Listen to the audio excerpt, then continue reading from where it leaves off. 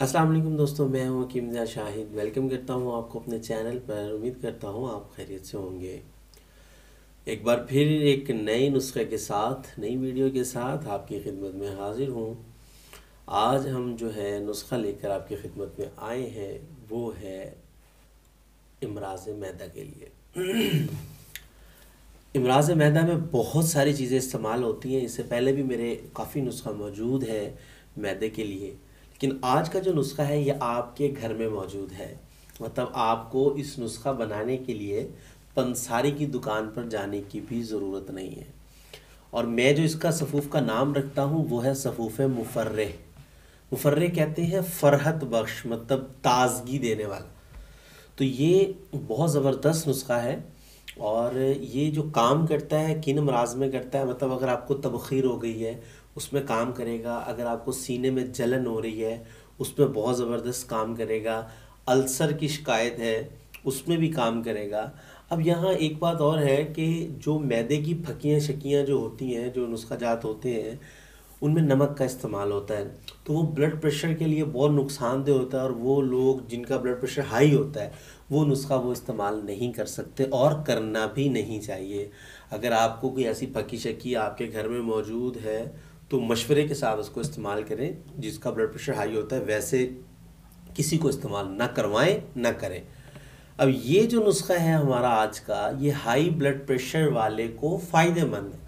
मतलब अगर एक पेशेंट का ब्लड प्रेशर हाई है, आप उससे इसकी एक खुराक दें तो कुछ ही लम्हों में उसका ब्लड प्रेशर जो है वो वापस आना शुरू हो जाएगा।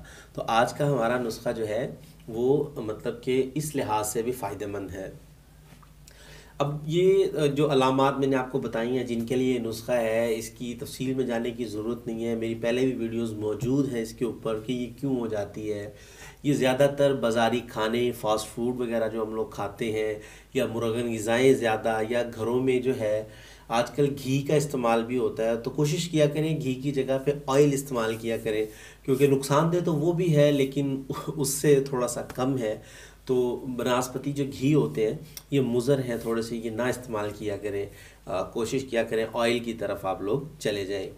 तो ये मतलब वजूहात बन जाती हैं पिज़्ज़ा, फास्ट फूड वगैरह खाना और ये चीज़ें सब जो है। तो आज का नुस्खा जो है हमारा बहुत मुख्तसर सा है, सिर्फ 3 चीज़ें हैं। तो आपको अभी दिखाएंगे कि क्या क्या 3 चीज़ें हैं और आपने इसको कैसे बनाना है। लेकिन उससे पहले फिर एक आप लोगों से रिक्वेस्ट है कि चैनल को ज़रूर सब्सक्राइब कर लीजिए, नोटिफिकेशन की बेल को भी ऑन कर लीजिए, ताकि हर नई आने वाली मेरी वीडियो, हर नए नुस्खे की वीडियो आपको मिलती रहे। तो चलिए चलते हैं आज के नुस्खा की तरफ। जी तो दोस्तों, हमारा आज का नुस्खा जो है आपके सामने है। बहुत ज़बरदस्त सी चीज़ें हैं, आपको देखते ही समझ आ गई होगी ये क्या क्या चीज़ें हैं, फिर भी आपको बता देता हूँ। सबसे पहले हमें चाहिए होगा ज़ीरा, दूसरे नंबर पे हमें चाहिए होगा धनिया खुश्क, तीसरे नंबर पे हमें चाहिए होगी चीनी या मिश्री। अगर आपके पास चीनी घर में मौजूद है तो बेहतर है। अगर आप इसमें चीनी की जगह पे मिश्री डालना चाहते हैं जो कि पंसारी की दुकान से मिलेगी, आप वो भी इसमें डाल सकते हैं। अब बात कर लेते हैं इसकी क्वांटिटी की कि क्या क्या हमारे पास इसकी मिकदार होनी चाहिए। तो सबसे पहले अगर हम ज़ीरा की बात करें तो हमें चाहिए होगा 50 ग्राम, धनिया भी हमें चाहिए होगा 50 ग्राम, और चीनी हमें जो है वो चाहिए होगी 200 ग्राम।